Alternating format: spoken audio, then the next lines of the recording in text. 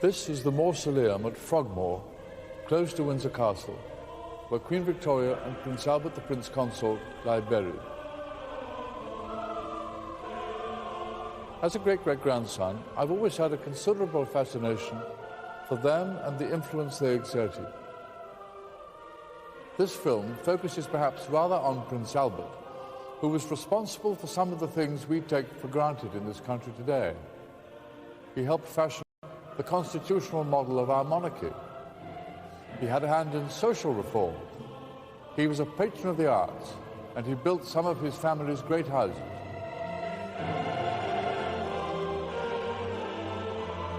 And above all, he was a staunch family man, deeply in love with Queen Victoria. When he died at the tragically early age of 42, his broken-hearted queen was left to mourn her husband for the remaining 40 years of her reign.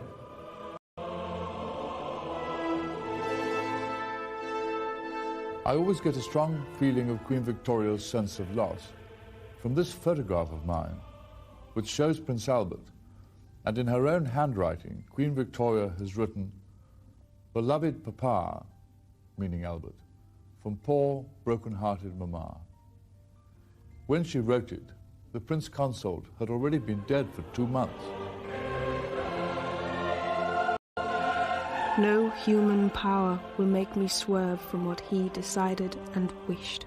Queen Victoria vowed sadly after the Prince Consort's death, and right up until the Queen's Diamond Jubilee in 1897 that crowned the remaining 40 years of her lonely reign, she was guided by Prince Albert.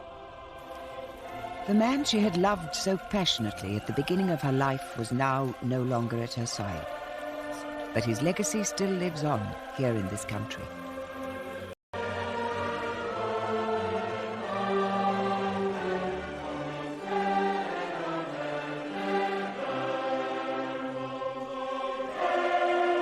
He designed and built royal palaces.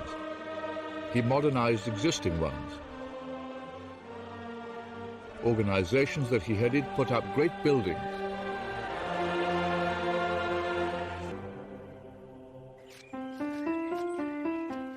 Before he was 30, Prince Albert designed and built Osborne House on the Isle of Wight as a romantic hideaway for the Queen and his family.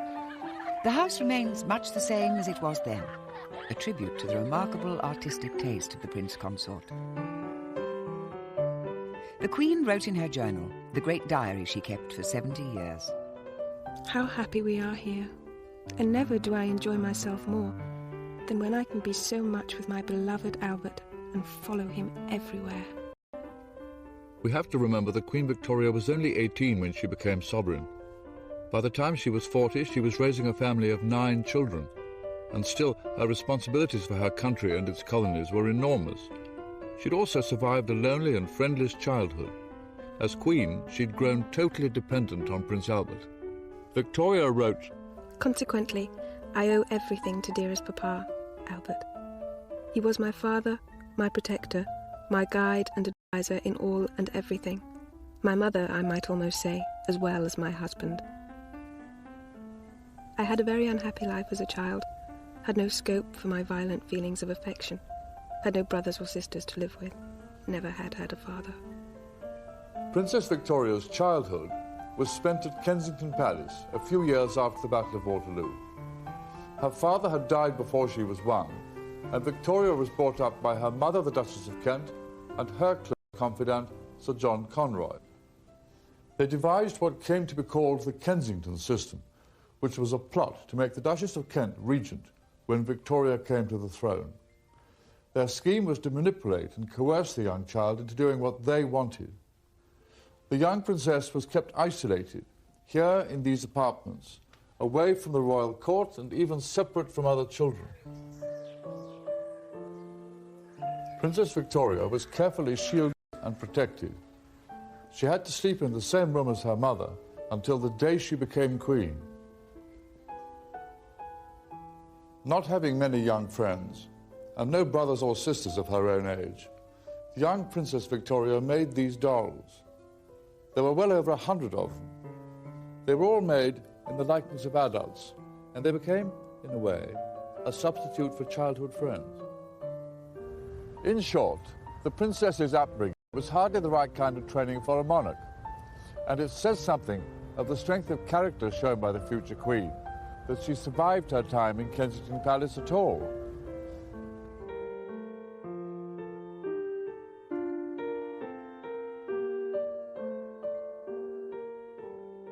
Princess Victoria's first cousin was being brought up with his brother here in Coburg in the middle of Germany.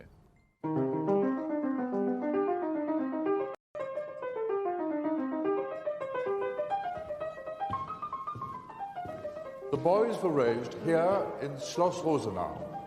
Their parents were separated. The mother had gone away and their father was often out of town. But in spite of that, they did manage to have a very happy childhood.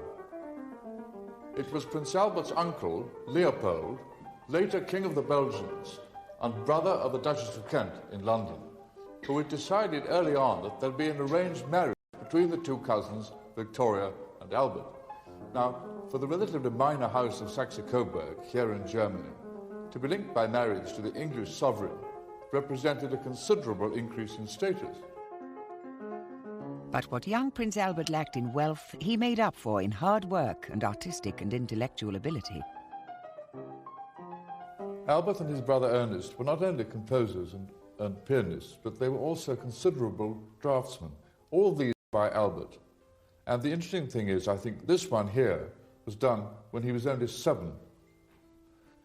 This is a rather fine sketch of a man in armour, and this one here is of a poor lady who was about to meet some awful fate, I think as a Sabine. Both of them were done when he was only 13. The brothers were great lovers of natural history, and they started a small collection which later became a museum. Here are some examples of what they had collected. They're predominantly birds, and this was an interest which, certainly in the case of Prince Albert, was something which was to be with him all his life.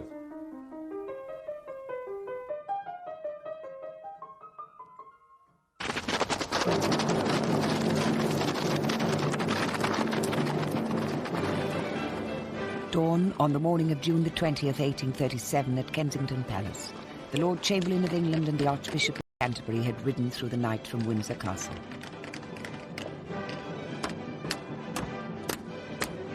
Open up in the name of the Queen! It was 6 a.m., and because of the hour, they were refused entry.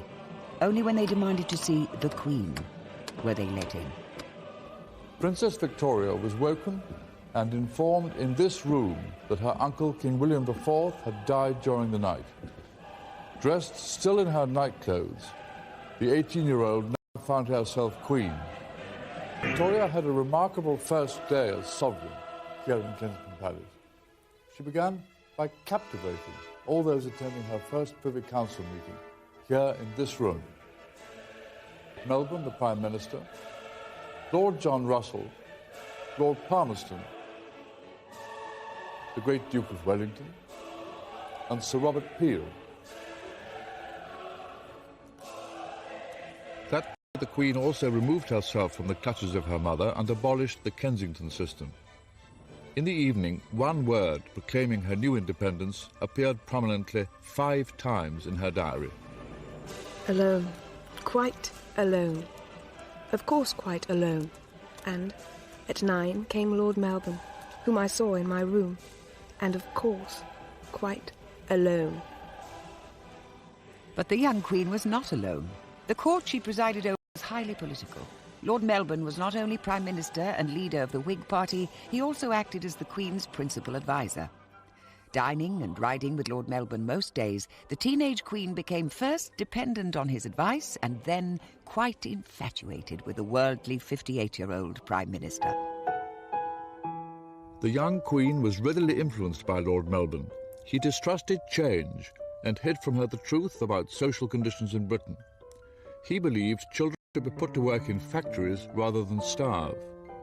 He thought flogging in prisons and treadmills was permissible, and that workhouses were for the social good. So, at a very early age, Queen Victoria's natural sympathies were blunted by the views of Lord Melbourne. Worse, the court Queen Victoria had inherited was traditionally partisan. Her ladies-in-waiting appointed by the party were wives of prominent Whig politicians. Inevitably, the crown became embroiled in a political crisis. It came when Melbourne's Whig government was forced to resign. The young Queen was desperate at losing her father figure. She wrote tearfully at his departure, "All my happiness gone. That dearest, kind Lord Melbourne no more my minister."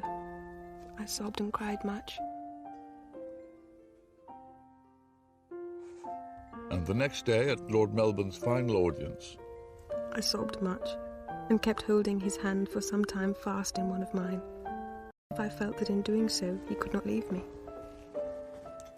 Then, in her grief, the young Queen behaved unconstitutionally. I could eat nothing. Wrote one line to the Duke of Wellington to request him to come. Instead of calling upon Sir Robert Peel, the leader of the opposition, to form the new government, the Queen asked another close friend, the powerful Duke of Wellington. The Queen was playing a dangerous political game to get her way. Wellington wisely declined. Ma'am, here is my list of cabinet appointees. The disgruntled Tory opposition leader Peel retaliated. And my request, ma'am, is that you remove your... But ma'am... The Queen was asked to replace her ladies of the bedchamber, many of whom had become personal friends, but all of whom were Whig supporters. the Queen adamantly refused. In the deadlock that followed, Peel said he could no longer form a government. Triumphant, the Queen wrote back to Lord Melbourne. I was calm, but very decided. The Queen of England will not submit to such trickery. Keep yourself in readiness, for you may soon be wanted. Queen Victoria then asked Lord Melbourne, her mentor and favourite, to return and form another government. And that brought an end to what became known as the bedchamber plot. It was an incident in which the young Queen was seen to exceed her role as sovereign. Changes would have to be made. Prince Albert Saxe-Coburg-Gotha, just 20, found himself in this volatile atmosphere in October 1839. To encourage the union between the two royal households, he had travelled all the way from Germany to meet Queen Victoria at Windsor. The Queen saw Prince Albert at the foot of the main staircase. That night she wrote, It was with some emotion that I beheld Albert, who is beautiful. And then she went further. Albert really is so excessively handsome. Such beautiful eyes, an exquisite nose, and such a pretty mouth. A beautiful figure, broad in the shoulders, and a fine waist. In an instant, Queen Victoria had fallen hopelessly in love. By protocol, the Queen had to propose. Within 5 days, she had asked Prince Albert to marry her. Albert wrote, Dearest, greatly beloved Victoria, how is it that I have deserved so much love, such affection? Heaven has sent me an angel whose brightness shall illume my life. In body and soul, ever your slave, Albert. What started as an arranged marriage had been transformed and became one of the most important in British history. It took place in St James's Palace in February 1840. But on the wedding day itself, the Times could only sneer about the young foreigner marrying the Queen. The Prince began diligently looking for roles that would enhance his prestige and influence. First, he turned his energies to reorganizing the antiquated royal household. But Prince Albert's most pressing concern was to ensure the monarchy stood once and for all above party politics. With the Queen now expecting a child, it was suggested that Prince Albert should replace Lord Melbourne and act as her principal advisor. He seized the chance. The Home Secretary, Your Majesty. From then on, he took notes of ministerial meetings and drafted all the Queen's government letters. I resolutely hold myself aloof from all parties. I speak openly with the ministers on all subjects. I endeavour quietly to be of as much use to Victoria in her position as I can.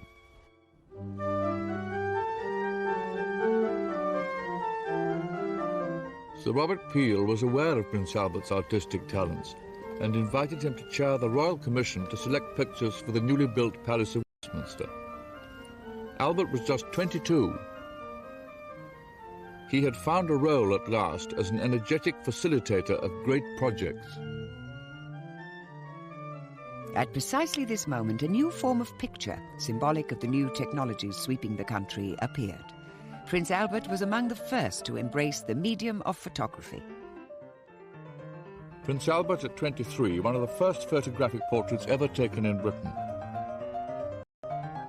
and Queen Victoria at the age of 25 with her eldest daughter, the Princess Royal, in 1844. And here's another one of Prince Albert as a mature 29-year-old. By now he was becoming an innovator, determined to come to grips with the great industrial age sweeping Britain.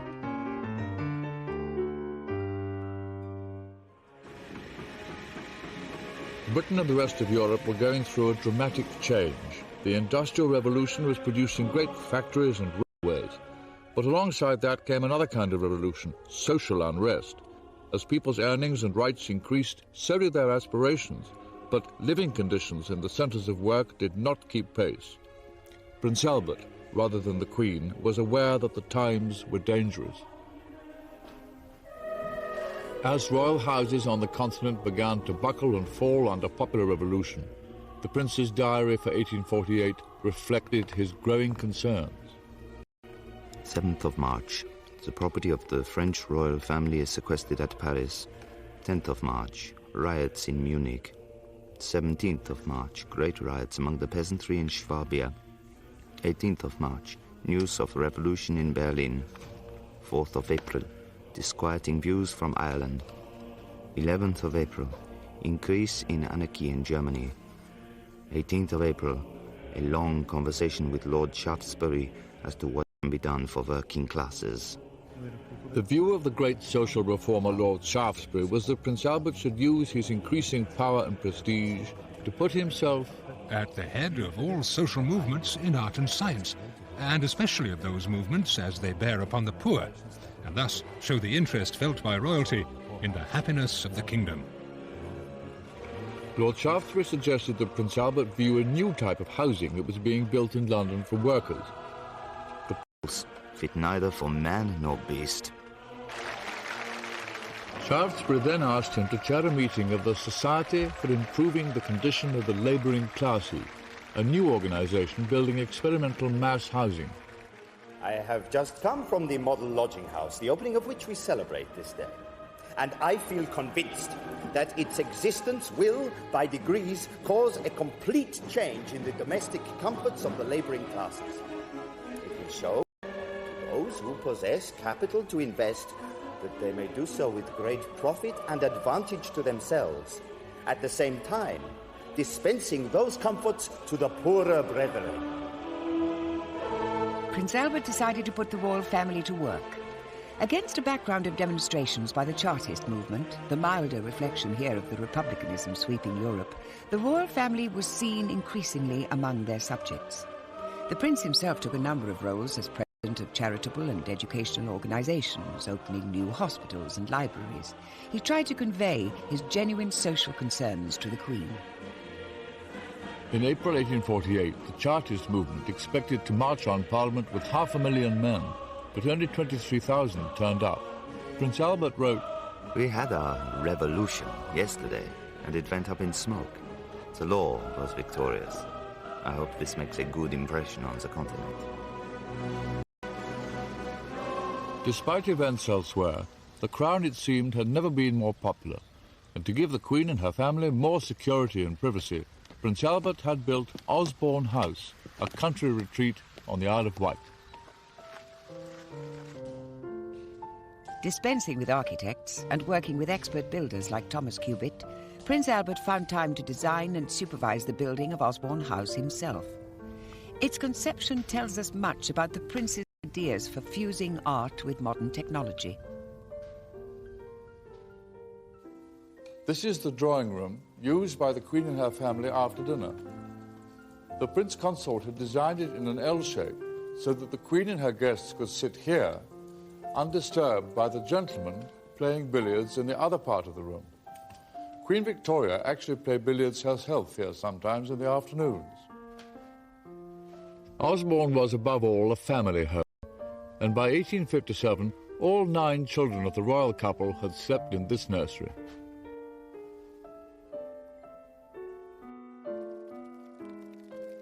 Osborne House has been left today as though the royal couple still lived there.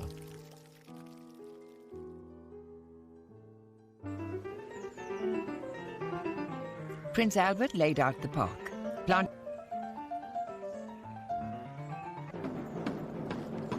A model fort was built by Prince Albert to teach military maneuvers. Come on, you men! That is good. There was an extensive nature museum like the one of his childhood. What is this eagle called? White-tailed eagle. And how fast can it fly? But even at Osborne, the Queen was never far from the duties of state. Prince Albert had become the power beside the throne as he sat next to his wife drafting her letters. But she was clearly frustrated about the way successive governments had failed to recognize his services to the country. Victoria wrote, "Oh, if I only could make him king." To compensate, the Queen had a second door made leading into the council room at Osborne so that they could enter simultaneously for council meetings.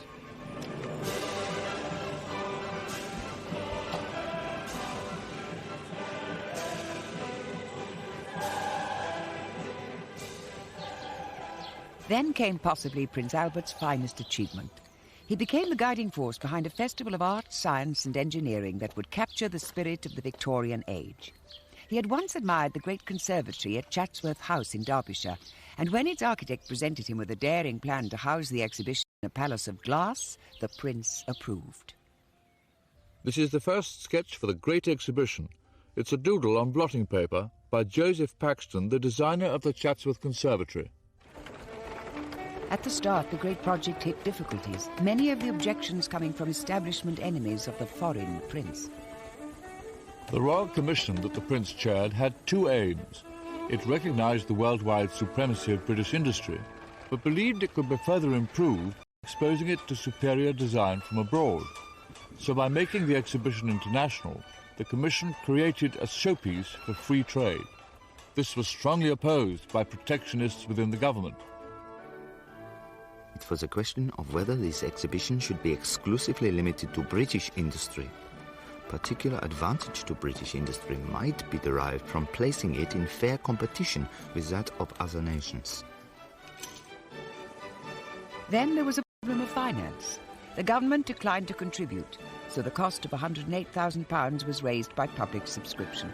The Queen and the Prince provided £1,500. There was opposition to the use of the Hyde Park site. Led by a vociferous MP, claims were made that too many trees would have to be felled. So instead... At present I am more dead than alive from overwork. The opponents of the exhibition work with might and main to drive myself crazy. On completion, the Crystal Palace covered 16 acres, was 3 times the length of St. Paul's Cathedral, and made up of 293,000 panes of glass. It had been put up from scratch in 6 months. But 100,000 exhibits had still to arrive from Britain and the 4 corners of the world for the opening in May 1851. Everybody is occupied with the great day of tomorrow, and my poor Albert is terribly fagged. Terrible trouble with the arrangements for the opening.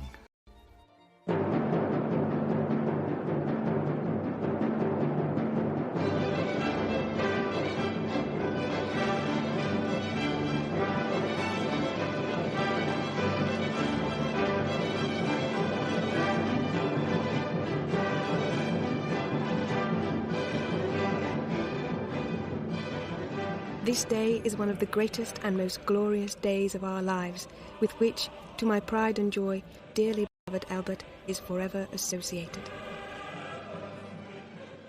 The glimpse through the iron gates of the transept, the waving palms and flowers, the myriads of people filling the galleries, together with the flourish of trumpets as we entered the building, gave a sensation I shall never forget, and I felt much moved. Among the ambassadors at the opening was a mysterious Chinaman dressed in satin who repeatedly bowed to the Queen. Tactfully, Victoria included him in the procession. He Sing turned out to be an impostor. He was the owner of a Chinese junk moored on the Thames who pushed his way to the front. The exhibition was the greatest treasure trove of industry, art and science the world had ever seen. British exhibits filled the entire western nave, and foreign ones took up the eastern half. The Indian section was a cornucopia of gems, silks, cottons and great crowns in precious metals. there were elephant tusks and tiger skins.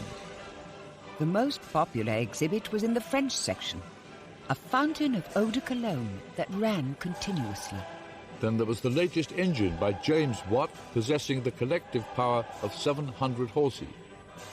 A floating church for seafarers. The Koh-i-Noor diamond. A soda water machine. A boat easily converted into a comfortable mattress or safety lifebelt. An India rubber bath. Wigs that had built-in ventilation. And a set of false teeth enabling the wearer to yawn. The country's entire population was only 23 million. Prince Albert was able to write with satisfaction. The crowds at the exhibition are bigger each day. On the financial side, we naturally stand very well. Profits from the Great Exhibition were £186,000, and Prince Albert wanted the money to encourage new design in British industry. The catalyst for the new schools of design would be a great cluster of museums in Kensington. His ideas led to the Science Museum, the Natural History Museum, the Victoria and Albert Museum for Arts and Design, and the Albert Hall for music and science exhibitions.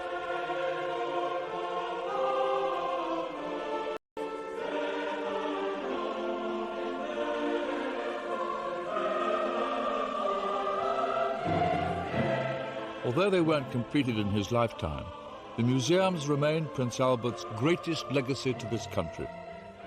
And they extended the influence of science, art and design upon industry as a whole.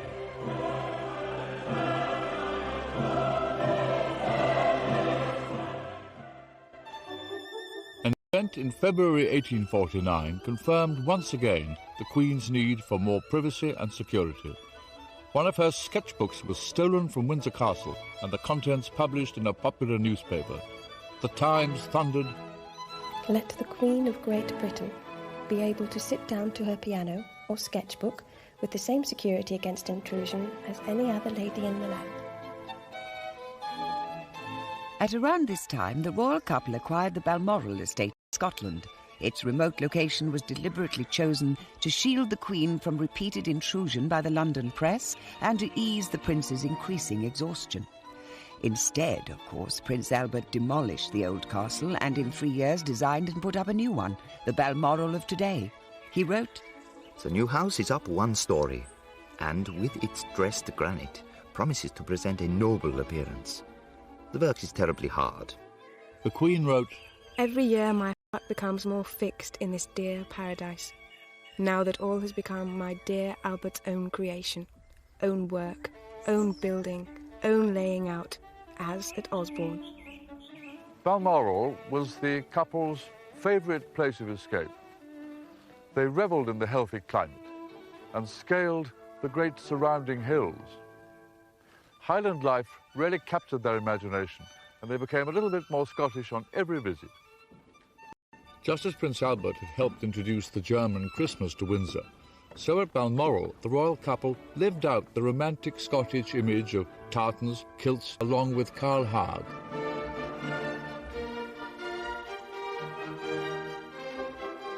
Even the gillies were painted.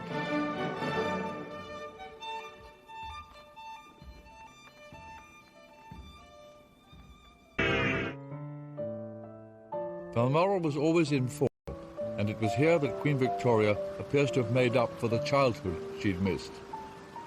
It was wonderful not seeing a human being, nor hearing a sound, excepting that of the wind, or the call of the black cock or grouse.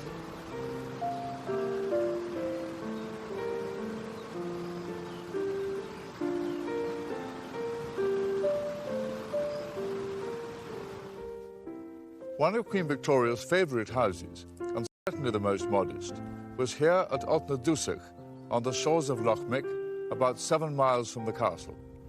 There were 2 gillies cottages, and when the family wanted to be informal, they came and stayed here on one side, which was joined by a covered passage to the other cottage where the servants were. The Queen wrote, With the washing and cooking and everything going on in a line with one's own dwellings. Court painters recorded the Queen fishing and stalking deer. She was taught by local tenants. A salmon was speared here by one of the men, after which we were very successful. 7 salmon being caught, some in the net and some speared.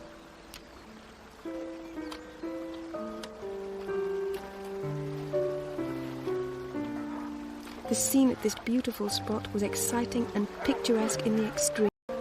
I wished for Landseer's pencil.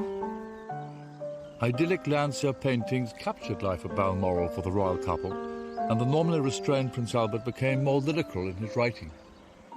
We have withdrawn for a short time into a complete mountain solitude, where one rarely sees a human face, where the snow already covers the mountain tops and the wild deer come creeping round the house. I, naughty man, have also been crawling after the harmless stags, and today I shot 2 red deer.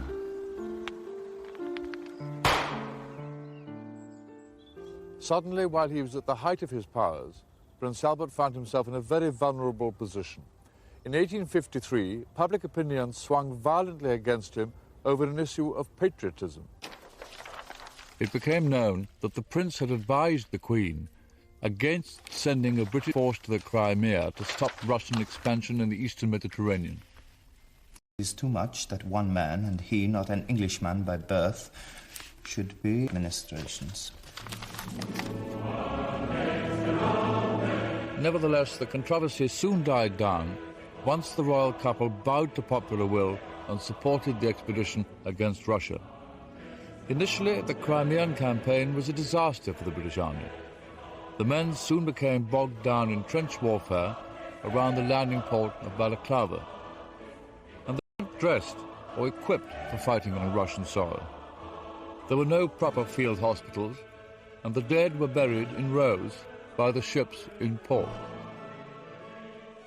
William Russell, the Times correspondent at the front, was the first to reveal the incompetence of the expedition. This army has melted away almost to a drop of miserable, washed-out, worn-out, spiritless wretches who muster out of 55,000 just 11,000 fit to shoulder a musket.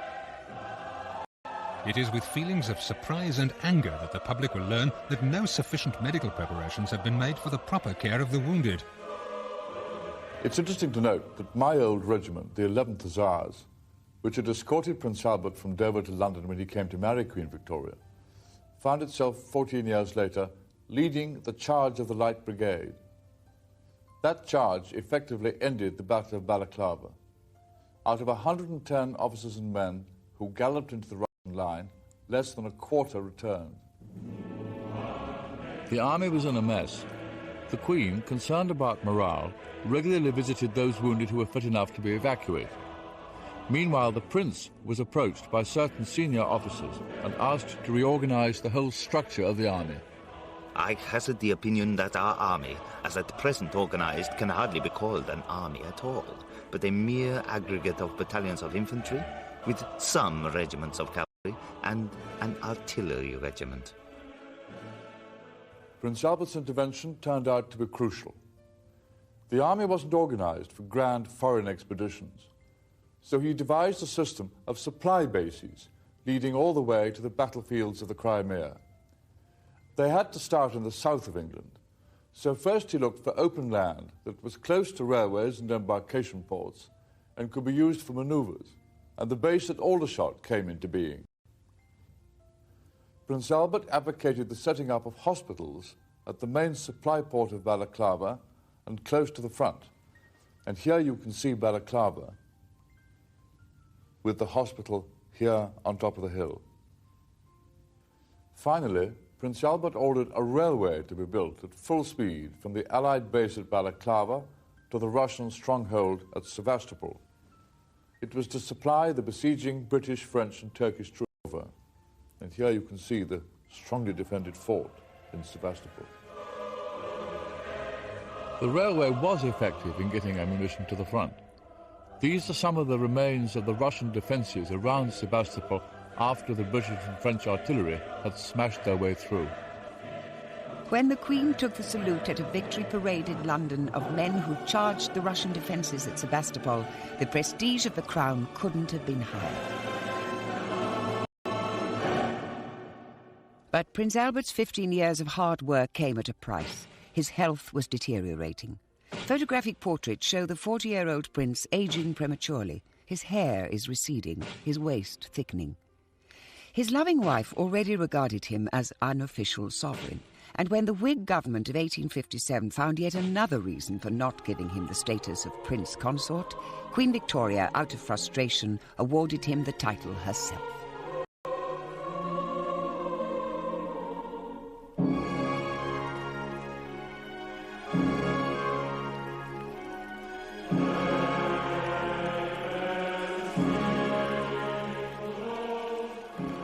In December 1861, the idyllic marriage was suddenly over. Prince Albert had caught a chill. The doctors, terrified of alarming the Queen, kept the seriousness of his illness from her. In the end, they told her that it was gastric fever. Every Victorian knew what that meant: typhoid. The source, it's been suggested, was the notoriously unreliable and insanitary drains here at Windsor Castle. Throughout December, his condition gradually deteriorated.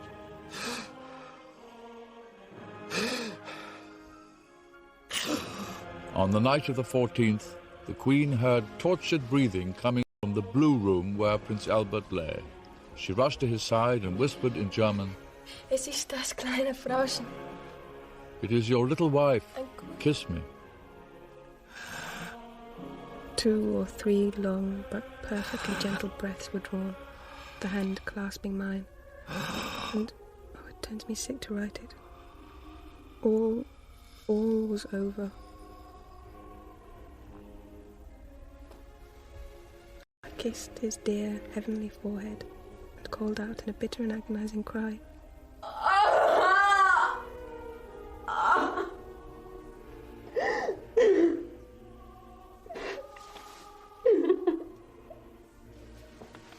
I went to my room, and there sat, gazing wildly, and as hard as stone on my maids. Waking, crying and crying. Doctors warned the Queen not to kiss the body, shown in this photograph for the first time. Then the blue room was carefully and meticulously photographed. For the remaining 40 years of Queen Victoria's reign, it stayed exactly as it was when he died. As the bell of St. Paul's began to toll, the whole country went into mourning. The Queen wore black until the end of her days, and the effigy of the Prince Consort was present at all large family gatherings. A great statue was put up at Balmoral.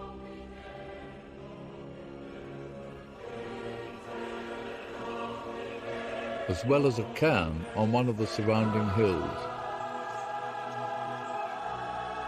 The mausoleum to hold Prince Albert was built at Frogmore on the Windsor estate, where the Queen had said that one day she would lie next to him.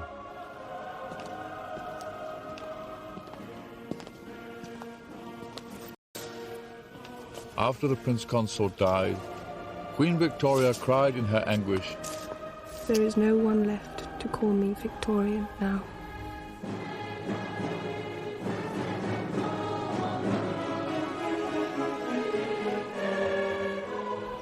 The Queen was heartbroken. She didn't carry out public duties again for 5 years. Right at the furthest corner of the Balmoral estate, on the shore of Loch Mick, stands the Glassholt. Queen Victoria used to come here to seek solitude after she'd lost Prince Albert, and it was here that she felt she still had some contact with him.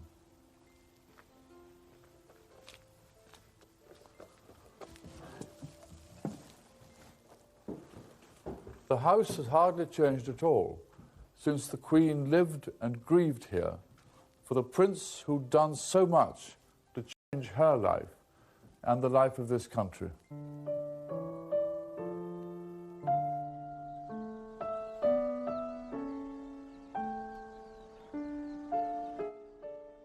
You can see part 2 of Victoria and Albert tomorrow at the same time.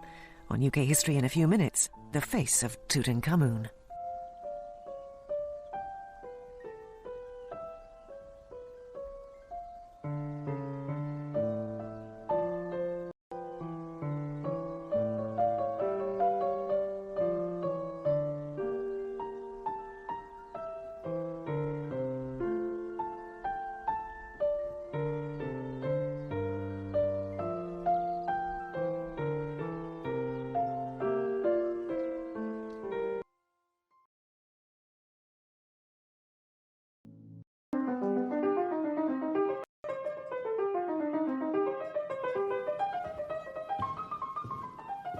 The boys were raised here in Schloss Rosenau.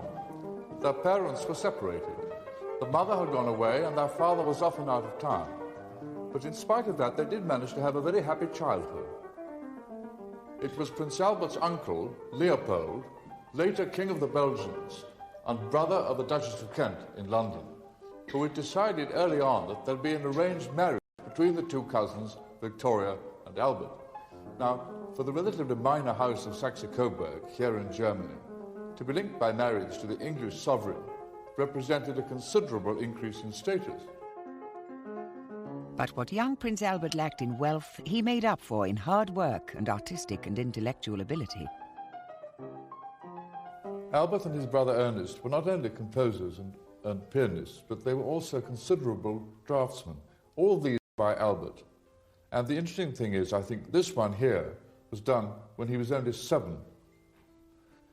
This is a rather fine sketch of a man in armour, and this one here is of a poor lady who was about to meet some awful fate, I think as a Sabine. Both of them were done when he was only 13. The brothers were great lovers of natural history, and they started a small collection which later became a museum.